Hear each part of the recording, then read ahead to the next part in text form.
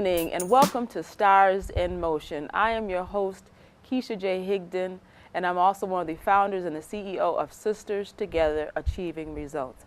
And this evening we have a wonderful program about an agency that is in our community that's helping our young women to help them with their etiquette, with their dress, with their public speaking, building up their self-esteem, and it's called Charmed Circle. But before we get to the interview, we would like to share with you another event that's in our community called Stars in Motion Line Dance Class. This class is held on Thursdays from 6:30 to 7:30 p.m. at Venue Resto Lounge, 151 St. Paul Street. It is a free class. It's an exercise class as well as a dance class. So we learn all of the latest dances like the Mississippi Slide, the Cha-Cha, the Stomp, the Just Fine by the Mary J. Blige song, and so many others. So please come out to Venue Resto Lounge, Thursday, 6:30 to 7:30. 1 hour, it's free. You can dance, lose some weight, exercise, socialize, and meet other young people, adults rather. And you must be ages 18 and above. And if you have further questions or you want to learn more about it, please go to www.sisterstogether.org. And now I would like to present to you our guest, the founder of Charmed Circle, that is Miss Jenny Kilburn. Thank you so much for being with us this evening. How are you? Great. Thank you for having me. Thank you. So please inform myself and the audience about Charmed Circle. What is this program all about? Well, the Charm Circle program is actually a charm school program, similar to VH1's Charm School or MTV's G's to Gents. Okay. But primarily, what our program is all about is instilling, values, morals, and principles needed to create a more positive and polite society. Okay. So how did you come to wanting to teach or formulate the Charm Circle program? Well, actually, how I began the Charm School program, I first began by teaching myself, and that's not to negate, the values and principles that were taught to me at home or, what I learned in, the streets and from other people. But I was one of those girls, that was wild, had an attitude, thought I knew everything. And used to fight a lot. All my friends, I had a lot of friends. I always had a lot of friends who were like me, flashy, outgoing, always was, into everything that was going on. And, a lot of people who didn't know us thought we were bad girls. When, I've come to learn that actually a lot of times people that are seemingly docile and quiet and conservative on the outside are, a lot of times actually the ones that are on the low, notorious. So, and if I can tell you a little story of what was the, like the final, lesson that, or the red flag where I finally realized that out of all the lessons that I was learning that I wasn't getting, because looking back in hindsight, there were a number of things that should have told me, Jenny, you got to change. You're either going to hurt someone's going to hurt you, or you're going to go to jail. You're going to be in jail spending 10, 15, 20 years in prison for something that doesn't matter, over someone that,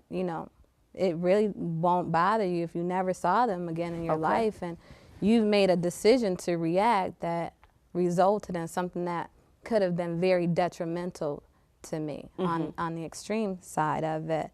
So what is that story that you want to share with us? Oh, the story. This was, I was about 26. And I was living in Atlanta. So that was 2 years ago? And I was living in Atlanta, Georgia at the time, and, I had gotten to the point where, I settled in. I was married, I had kids, I graduated college, I was settled in and not realizing that I had isolated myself from a lot of people. I had begun getting, having a tendency to measure people by my standards. If they didn't have certain principles that I had, I would distance myself from them. And I had to take my car to the shop one day and realized I didn't have anybody that I wanted to call to pick me up. And I thought to myself, how can I be in this big city and not have anybody to call? And then I said to myself, God, who am I to think that there aren't people that are like me character-wise and better than me character-wise that I can learn from? And I actually had to literally get on my knees and ask my Father to forgive me. And, you know, when I realized that I had to, you know, move back to Rochester, I asked him, you know, please, Lord, help me to find people that are like me, character-wise and better than me, that I can evolve and become a better person and have as much fun as what I had when I was young. Okay. You know, I'm grown. Okay. I'm supposed to be having bigger fun than what I had when I was a teenager, you know.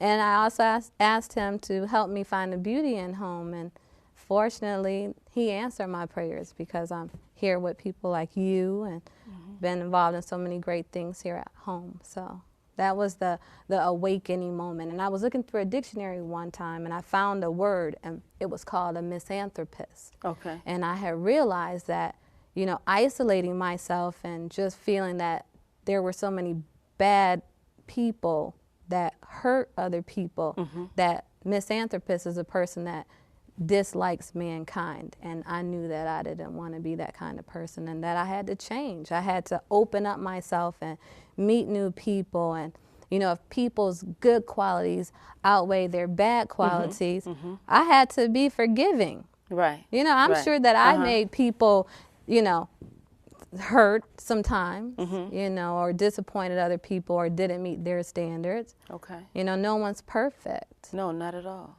But you said something interesting about what you wanted when you prayed to God about your characteristics, someone having your new network of associates or friends and family and whatnot to have your characteristics or better. Have you come across any person who was doing the same, in which theirs were below, but they were looking for someone who had more that can help them? Have you come across anybody like that? All the time. You know, like my values, for example, I may value friendship to the extent that I believe friends should help friends reach their dreams. Right. Okay.